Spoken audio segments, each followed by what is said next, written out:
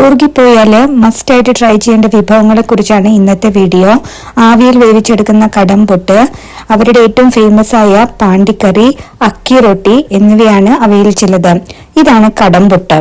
ആവിയിൽ വേവിച്ചെടുക്കുന്ന ഈ കടംപുട്ടിന് ഒരു പ്രത്യേക ടേസ്റ്റാണ്. നമ്മുടെ കോഴിക്കട്ടയുടെ ഒക്കെ ഒരു രൂപത്തിലാണ് ഇത് വരുന്നത്. പക്ഷെ കോഴിക്കട്ട പോലെയല്ല, അടിപൊളി സൂപ്പർ സോഫ്റ്റ് ആയിട്ടുള്ള ഒരു വിഭവമാണിത്.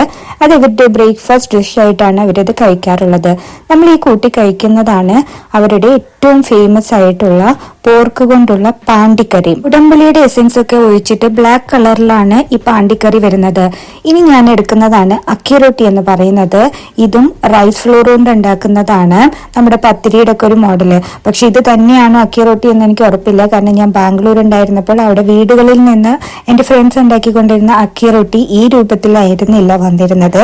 കുറച്ചൊരു ദോശയുടെ പരുവത്തിലാണ് അവരുണ്ടാക്കി കൊണ്ടുവന്നിരുന്നത്. പക്ഷെ ഹോട്ടലുകളിലൊക്കെ അക്കി റൊട്ടി എന്ന് പറഞ്ഞ് കിട്ടുന്നത് ഇതാണ്. പിന്നെ അവിടെ ഞങ്ങൾ കഴിച്ച ഒരു പായസമാണ്, സ്വീറ്റ് ഡിഷ്, കസ്കസ് പായസം എന്നാണ്. അതായത് നമ്മുടെ നാട്ടിലെ കസ്കസ് കൊണ്ടും റവയും പാലും ഒക്കെ ഒഴിച്ചിട്ടുള്ള ഒരു പായസമാണ്.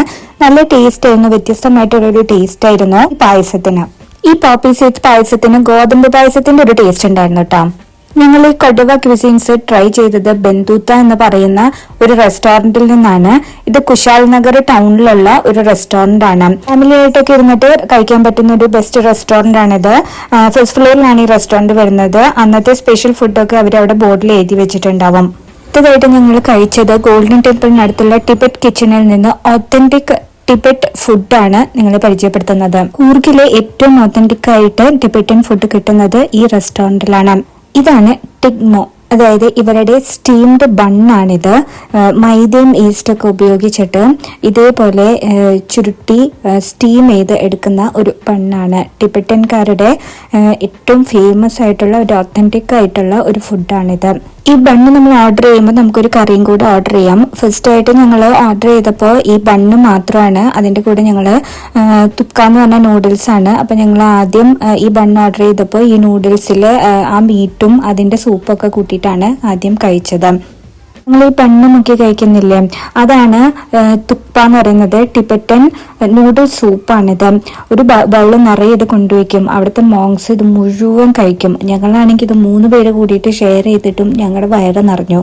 പിന്നെ ഞങ്ങൾ ഓർഡർ ചെയ്ത് കഴിച്ചത് ഹക്ക നൂഡിൽസ് ആണ്. നമ്മുടെ നാട്ടിലും കിട്ടുന്നതാണ്. പക്ഷെ അവിടുത്തെ നൂഡിൽസിനൊക്കെ ഒരു പ്രത്യേക ടേസ്റ്റ് ആട്ടോ. റെസ്റ്റോറന്റില് നോൺ വെജ് ആയിട്ട് മീറ്റും ചിക്കനാണ് കിട്ടുന്നത്. ഇതാണ് പോക്ക് ഷപ്ത എന്ന് പറയുന്നത്. ഞങ്ങൾ ടിഗ്മോ പണിയിട്ട് ഓർഡർ ചെയ്തതാണ്.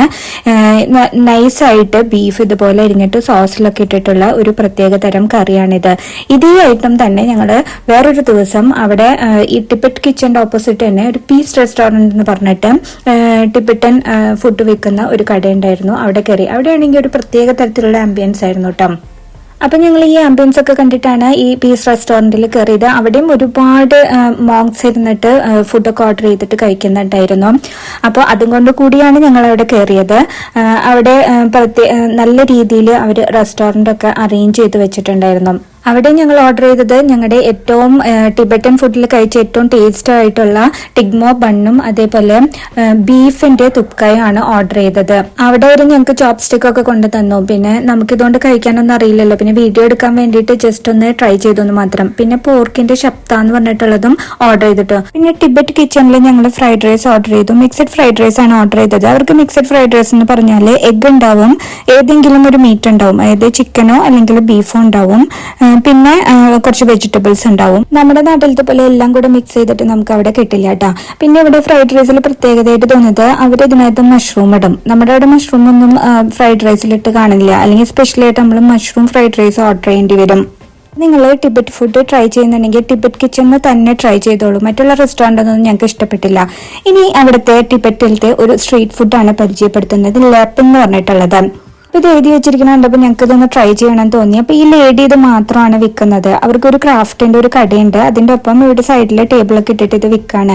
അപ്പൊ ഞങ്ങൾ വീഡിയോ എടുത്തിട്ടെന്ന് ചോദിച്ചപ്പോൾ ഒരു വീഡിയോ എടുത്തോളാൻ പറഞ്ഞു. അപ്പൊ അവര് ഈ റൗണ്ടിൽ ഉണ്ടാക്കി വെച്ചിരിക്കുന്നത് അവരുടെ ഒരു ടൈപ്പ് നൂഡിൽസ് ആണ്, മൈദ കൊണ്ട് ഉണ്ടാക്കിയിട്ടുള്ളത്. പിന്നെ ഈ പാക്കറ്റിൽ നിന്ന് വേറൊരു നൂഡിൽസ് പോലെ ഇത് അവര് നന്നായി പൊടിച്ചിടുന്നുണ്ട്. പിന്നെ കുറെ ഉപ്പും അവരുടെ കുറച്ച് മസാലകളൊക്കെ അതിനകത്ത് ഇടുന്നുണ്ട്. അത് കഴിഞ്ഞിട്ട് ഇവര് ഒരു ചില്ലി പേസ്റ്റ് ഇതിലേക്ക് ഇടും കേട്ടോ. ഇവര് ഞങ്ങളോട് ചോദിച്ചു എത്രത്തോളം എരിവ് വേണമെന്ന്. അപ്പൊ ഞങ്ങൾക്കിത് അറിയില്ലല്ലോ, ഞങ്ങൾ പറഞ്ഞ് സ്പൈസി ആയിക്കോട്ടെ എന്ന്.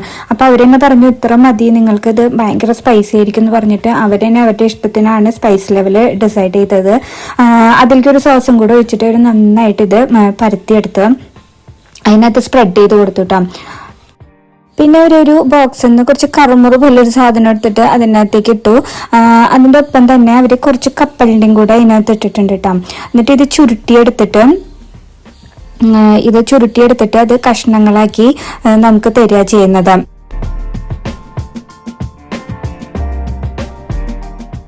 ഇതിനെക്കുറിച്ച് അറിയുന്ന ആൾക്കാർ മാത്രമേ ഇത് കഴിക്കാനായിട്ട് അവിടെ വരുന്നുള്ളൂ കേട്ടോ. ഞങ്ങൾ കഴിച്ചു നോക്കി, അയ്യോ സൂപ്പർ സ്പൈസി എന്ന് പറഞ്ഞാലുണ്ടല്ലോ, കഴിക്കാൻ പറ്റാത്ത അത്ര സ്പൈസി ആയിരുന്നു. പക്ഷെ അത് മുഴുവൻ ഞാനാണ് കഴിച്ചത്. നിങ്ങളുടെ മസ്റ്റ് ട്രൈ ലിസ്റ്റിലേക്ക് ഈ വിഭവം കൂടെ ഒന്ന് ആഡ് ചെയ്തേക്കൂ.